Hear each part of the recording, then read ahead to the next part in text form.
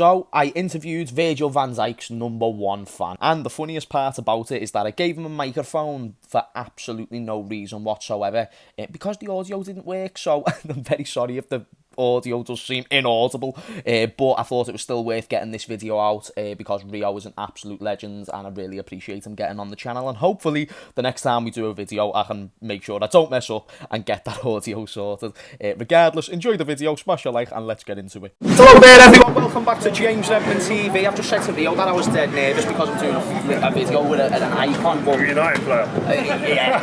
Yeah, a lot of tears. How do you feel that, like, you put my childhood into smithereens? You've played me back the last couple of years now, so I don't like that, do you know what I mean? So, good to see you, man. I've always wanted to meet you, man, after your viral episode. What did you think when you first saw the interview? I agree. Bosh. I agree. Mane, for me, at the time I was saying Mane for me is as a centre half, he's the one I'd least like to play against. When Firmino, Mo Salah, is that because of his physical game as well? I know that you'd obviously back yourself physically because you've got big muscles, but what I mean is... No, I back myself against all of them, but at the same time, if I was going to say who's going to be the most difficult or pose me personally the most problems, it'd be Mane, because he's so unpredictable the way he plays and he runs behind all the time. Players that run behind, Salah does it as well, but he does, for me, Mane just done it that bit more, and he was a bit more unpredictable in the way that he moved, and he'd unbalanced defenders and unnerved defenders, and I think he's a fantastic player. I think you guys are missing him massively now this season. Very good point. We're going to lead on to this season. I think when you talk about the sort of way that we've saw over a couple of games that we've played, struggling to really get the control over those games, if we have possession, not really doing much with it. If you had to identify a main problem in our squad, whether it's the back room, whether it's the cohesion, or whether it's just a little bit of a bad patch, if you had to identify one thing, what do you think is the biggest thing that is wrong in the dressing room or on the pitch right now? I think injuries. I think you can't go away from the amount of injuries you've got in midfield. Yeah. You've got about 5 or 6, maybe 7 players out in midfield. The injury room. I mean, any team losing that amount of players in the injury room are going to struggle or going to be very different to what they normally are. So I'd say that I think definitely the introduction of Nunez is a big sign. I think he's going to come good. I do really believe that. But when you take someone of the calibre of Mane out of the team, there's going to be do you think we never strengthened enough in the window, maybe? No, I think you strengthened. I think you've done what you had to do, and I think Liverpool, in terms of recruitment and the way they have players in and out, that can't be questioned over recent years. So, but you might have a little bit of a the level might drop for a period of time. And I think Klopp would probably understand that and probably would have expected that.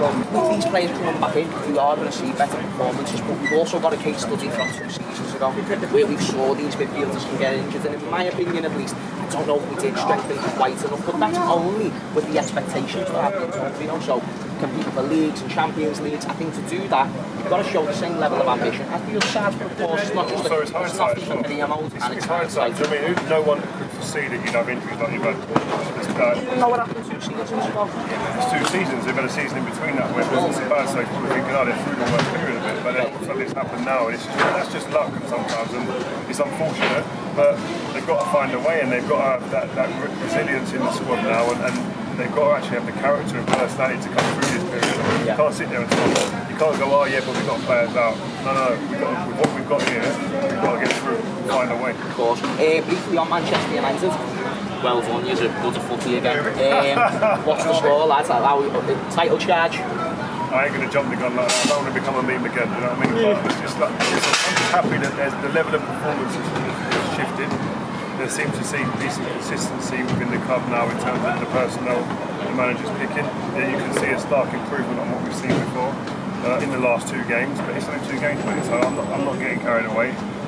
Long may that continue, but it's a massive game this weekend. Joel, I can't wait till we get into the studio with 5 with 5 on Monday, when I can hopefully sit there and go, bam! 3 points, dragged off the table, Arsenal banging top. Yeah, who wins in an aerial duel, you or Martinez? It's still alright, haven't you seen all the stats with Van Dijk and Martinez aerial duels? In fact, I think it was you told Joel to send that to me, if I'm correct. Maybe my brain's playing me a little bit. But you know what, Martinez, he's one of them, it's like Gary Neville. Stump, right? But they use their body well. I mean, it's not all about having to be the biggest player on the pitch. Sometimes Crouchy got beat by some people that were very much smaller than them, but it's because they use their body, bouncing off timing. There's a lot of different things going to bar height.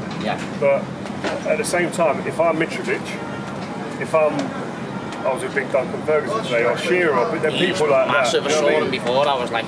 Dominic Calvert-Lewin, do you know what I mean? Today, you've got big boys he'll be sitting there going, oh, please let him play against me, because I will be standing on the left side of Man United's defence. Malacia and Martinez, none of them over 5 man. Yeah. And I'll be saying, hang it on the back post, please, and I'll go on munch and eat both of them. He's so clever with his positioning and his aerial battles and whatever. He can move his body and put you off balance. So he's been a good acquisition so far. But like I said, it's only 2 games. Yeah, no, I love the level head. You don't want to become a meme. That's literally what I'm made for.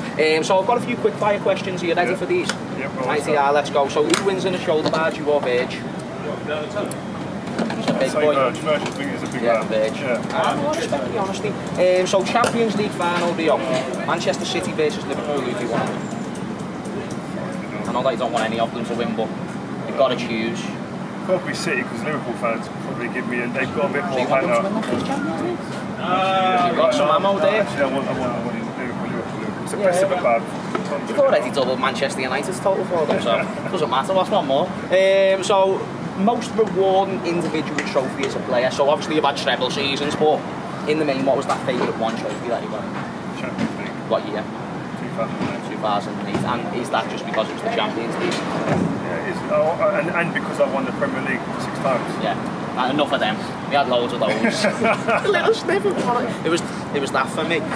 No, I can understand that. A lot of players as well. Frank Lampard, I believe, today or yesterday. I interviewed between the lines. Yeah. We went on a show, but he said the same thing. It's true. It's the one you think you can't get your hands on. Yeah, no, definitely the one that you don't want to miss. Manchester United's best player right now. This season, Ferdinand. Ferdinand, no, brilliant. Liverpool's best player right now.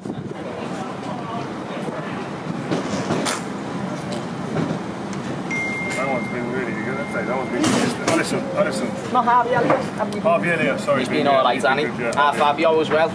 What's your best experience against Liverpool? Old Trafford, ball come out of the sky, took it down on my right foot. I think Reece or Carragher got thrown out of the stadium with a touch.